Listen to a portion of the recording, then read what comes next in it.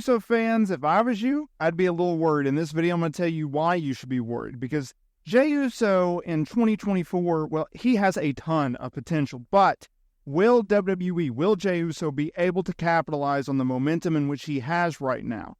And I did a video last week or so, heading into Backlash France, where I talked about how I thought WWE was making a big mistake with Jey Uso. More on that in a minute.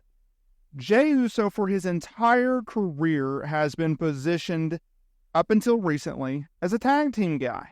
Even when he was moved from SmackDown to Raw after he essentially was kicked out of the bloodline for good, I thought it was funny that he was paired with Cody Rhodes and put into a tag team right away. But thankfully, WWE, well, they've come a long way. They've gone away from that, and I think he's better off for it. Because Jey Uso and Jimmy Uso, they will always be tied to the hip. Not only due to their success in WWE, but also the obvious that they're twins. What they've been able to do for tag team wrestling, I sincerely miss. I kind of want it back, but I don't think we are. I think Jey Uso has established himself as a top star, or at least on the brink of being a top star. The fans are behind him, the company's behind him, and he has more confidence than ever. Jimmy, on the other hand, he just got kicked out of the bloodline. We haven't seen him in a few weeks. Do I think we're eventually going to get a reunion by Jimmy and Jey? Yes. Now, in 2024, WB built up Jey. They capitalized off of what they did in 2023. Not only did he finally get his big revenge match with his brother Jimmy Uso at WrestleMania 40, but he finally got to step into the ring and challenge for a world title on Raw this time. Because at Backlash France, he stepped into the ring with Damian Priest. He challenged for the world title, but he came up short. Reason I think that was a mistake is because you shouldn't have had Jey in that spot, or at least you shouldn't have done what you did in that match. And I'll tell you what they should have done in a minute.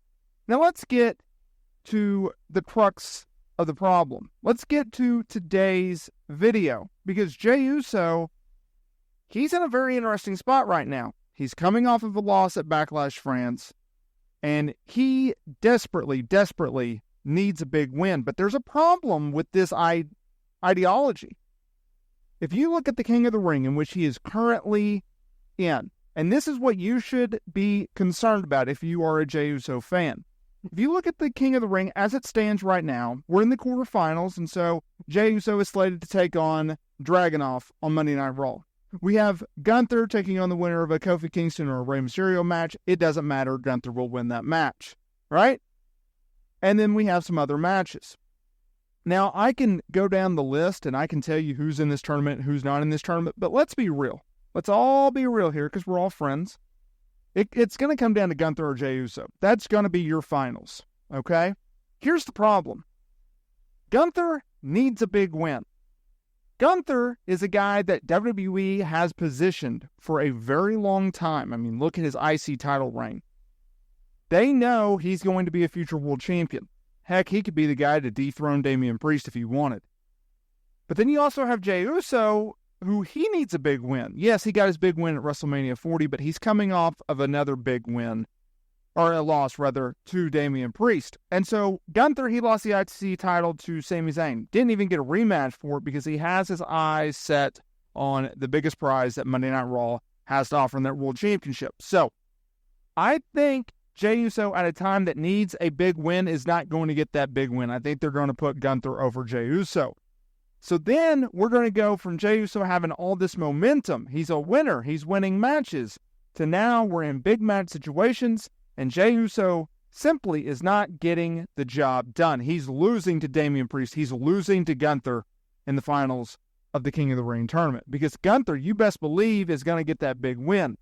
Now let's piggyback to my previous little tease, if you will. What was the mistake that WB made, and how could they have fixed it at Backlash France? Well, I don't necessarily have the biggest of issues putting Jey Uso in a match with Damian Priest. It does elevate him. Here's what I had a problem with. There was no heat coming out of it on either or. There was no momentum for either or. It was a very flat finish. I had projected, I had predicted, I had suggested that what WWE do in the Priest-Jey Uso match was you should have had Jey Uso lose. Yes, you should have had him lose. Damian Priest just won the world title after cashing in Money in the Bank at WrestleMania. This man should not be losing his world title literally a month after winning it, especially after months and months and months of teasing his Money in the Bank briefcase cash-in. No. Instead, they should have had a DQ finish or well, let me back up. You could have done a DQ finish. You could have done Priest versus Jey Uso in Saudi Arabia if you wanted to do a rematch. I didn't think there necessarily needed to be a clean loser. However, compared to what they did, this is what they should have done. They should have had Priest go over Jey Uso very clean. I think Jey Uso put in a very good challengers-esque performance, but I think you should have had Priest beat him clean once there was outside interference. So what do I mean by that? Okay, so I think Judgment Day, I think JD Madonna and Finn Balor should have came in and cost Jey Uso the match. A straight-up, typical heel finish. And Damian Priest celebrate with his guys afterwards. Instead, they had JD Madonna and Finn Balor come in, cost Jey Uso the match somewhat after Jey Uso fought him off, and then Damian Priest called off the dogs so they could further his babyface run tease. It was flat. Either you pin Jey cleanly and put all of the heat on Priest and be like, man, this guy is a dominant champion. Or you protect Jey and you do what I thought, which was you have the outside interference, but you still have Damian Priest come off strong. And you come off with Jey Uso looking strong. Either way, it was a flat finish. So, do I think Jey Uso will defeat Gunther in the King of the Ring finals? No. Do I think it's a mistake? Yes. Yes, I do. In fact, here's an idea for you. I think Finn Balor should injure Jey Uso severely going into those finals and then have Gunther just kind of capitalize on it. Gunther's your champion, your King of the Ring champion, essentially. And then you already have a feud of a Jey Uso versus Finn Balor. That's what I think they should do coming out of the King and Queen of the Ring PLE in late May in sweet Saudi Arabia. That's what I think. Let me know if I'm wrong. Am I shocking? Hey, would y'all do me a favor? Would y'all hit that notification bell and subscribe to the channel so you were notified anytime we upload the content? That would greatly mean a lot to me as we continue to grow this beautiful community of ours. Let me know down in the comments area below, what do you think about today's video?